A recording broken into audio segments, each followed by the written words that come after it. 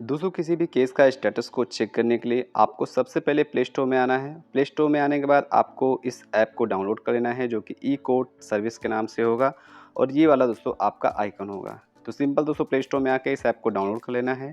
इसके बाद दोस्तों आपको इसको डाउनलोड करने के बाद आपको ओपन करना है और दोस्तों जो भी केस से रिलेटेड जो भी जानकारी होंगी, ऑनलाइन जो भी अपडेट होगा, वो दोस्तों आप इस ऐप में आसानी से दोस्तों चेक कर पाएंगे। तो ये दोस्तों ऐप मेरा ओपन हो चुका है और यहाँ पे इस तरह का इसका इंटरफेस आ जाएगा। अब दोस्तों आपको चीज़ों को थोड़ा-सा दोस्तों ध्यान से सुनना है। अब यहाँ पे दोस्तों कई प्रकार के चीज़ें हैं, जैसे कि यहाँ पे लिखा हुआ है सीएनआर नंबर, यहाँ पे लिखा हुआ है सीएनआर नंबर या फिर स्कैन क्यूआर कोड।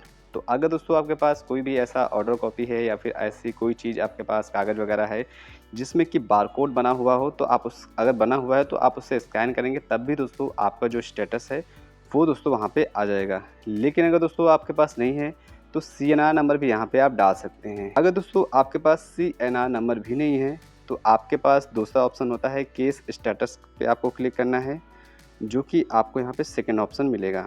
तो आपको केस स्टेटस पे चेक करना है। इसके बाद आपको यहाँ पे स्टेट और आपका जो डिस्ट्रिक्ट होगा वो सिलेक्ट करने का ऑप्शन यहाँ पे आ जाएगा। सपोज़ यहाँ पे मेरा उत्तर प्रदेश सिलेक्ट है ऑलरेडी, बट आपका दोस्तों जो भी हो, कहीं के भी हों, भारत में, इंडिया के कहीं भी प्रदेश में रहते हों, वो आप यहाँ पे सिलेक्ट कर सकते हैं। तो यहाँ पे मैं उत्तर प्रदेश हूँ तो उत्तर प्रदेश सिलेक्ट कर ले रहा हूँ। उत्तर प्रदेश से कौन से डिस्ट्रिक्ट से हो वो भी आप यहाँ पे सिलेक्ट कर पाएंगे। तो सिंपल सा जो भी आप डिस्ट्रिक्ट या फिर जो भी स्टेट के आप बिलोंग करते हो वो आपको यहाँ पे सिलेक्ट कर लेना है। इसके बाद यहाँ पे कई सारे ऑप्शन हैं जिससे कि आप अपने स्टेटस को चेक कर पाएंगे। पहला है दोस्तों केस नंबर से, दूसरा पार्टी नेम से, तीसरा filling number, FIR number, advocate और एक्ट, केस टाइप और बहुत सारी चीज़ें हैं जो कि दोस्तों आप यहाँ पे देख पाएंगे। अब दोस्तों केस स्टेटस को कैसे चेक करेंगे, तो हम यहाँ पे दोस्तों केस नंबर से स्टेटस को चेक करने जा रहे हैं। तो दोस्तों अगर आपके पास केस नंबर है तो आप उस तरीके से अपने केस स्टेटस को ऑनलाइन चेक कर पाएंगे।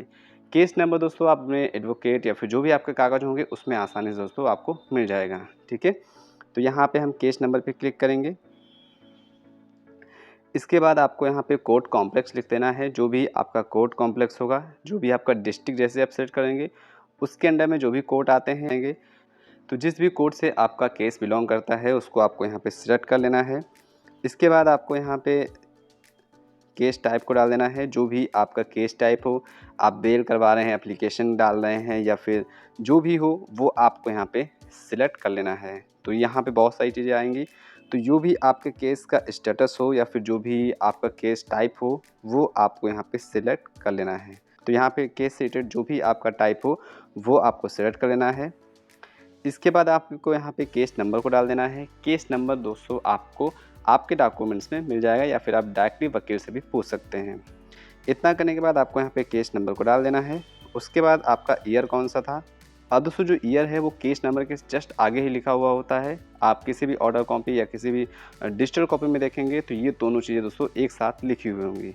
तो यहाँ पे जो भी आपका ईयर होगा केस का, जो भी आप रजिस्ट्रेशन करवाए हो, जब भी जिस जिस भी ईयर में आपने इसको केस को दर्ज किया हो तो वो ईयर आपको डाल देना है। उसके बाद आपको गो पे क्लिक कर देना है। अब दोस्तों यहाँ पे देख सकते हैं नीचे यहाँ पे डिस्ट्रिक्ट एंड सेशन जज का एक यहाँ पे लिख के आ चुका है। आई मीन दोस्तों इस केस नंबर का स्टेटस यहाँ पे आ चुका है। अब दोस्तों आपको यहाँ पे जैसे ही यहाँ पे इस तरह से आइकन दिखे इस पर आपको क्लिक करना है। चलिए दोस्तों हम क्लिक करते हैं। क्लिक करने के बाद थोड़ा सा ऊपर करेंगे। आप देख सकते हैं यहाँ पे मेरा जो केस नंबर से रिलेटेड जो भी स्टेटस था वो आ चुका है। अब इसको और ज़्यादा ओपन करने के लिए आपको इस पर क्लिक करना है। यहाँ पे हम क्लिक करेंगे।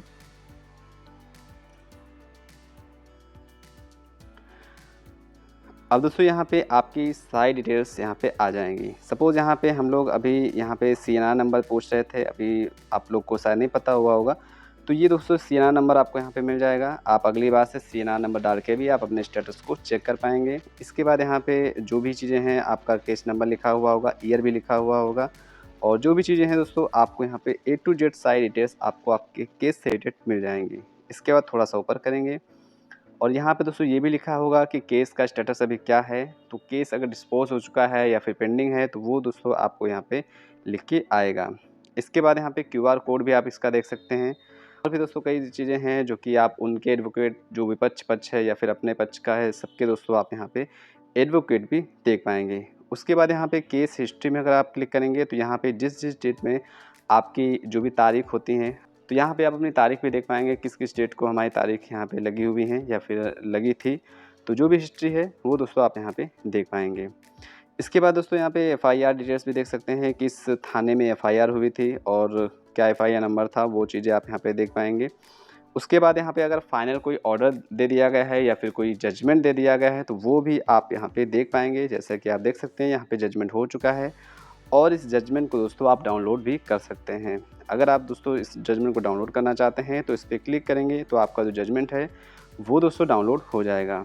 तो इस तरीके से दोस्तों आप अपने जो भी केस स्टेटस है उसको ऑनलाइन चेक कर पाएंगे। आज की वीडियो में दोस्तों मैंने आपको ये बताया कि आप केस नंबर को लेके आप कैसे अपने स्टेटस को चेक कर सकते हैं ऑनलाइन, जहाँ पे दोस्तों आप बहुत सारी चीज़ों को देख सकते हैं, जैसे कि आपकी डेट कौन सी थी, कौन सी डेट में आप गए थे, क्या उसका जजमेंट आया है, कहाँ पे क्या हुआ था। बहुत सारी चीज़ें हैं जो कि आप ऑनलाइन चेक कर पाएंगे और इससे दोस्तों आपको क्लैरिटी ज़्यादा आएगी। आई होप दोस्तों इस प्रोसेस को समझ में आया होगा आप सभी को।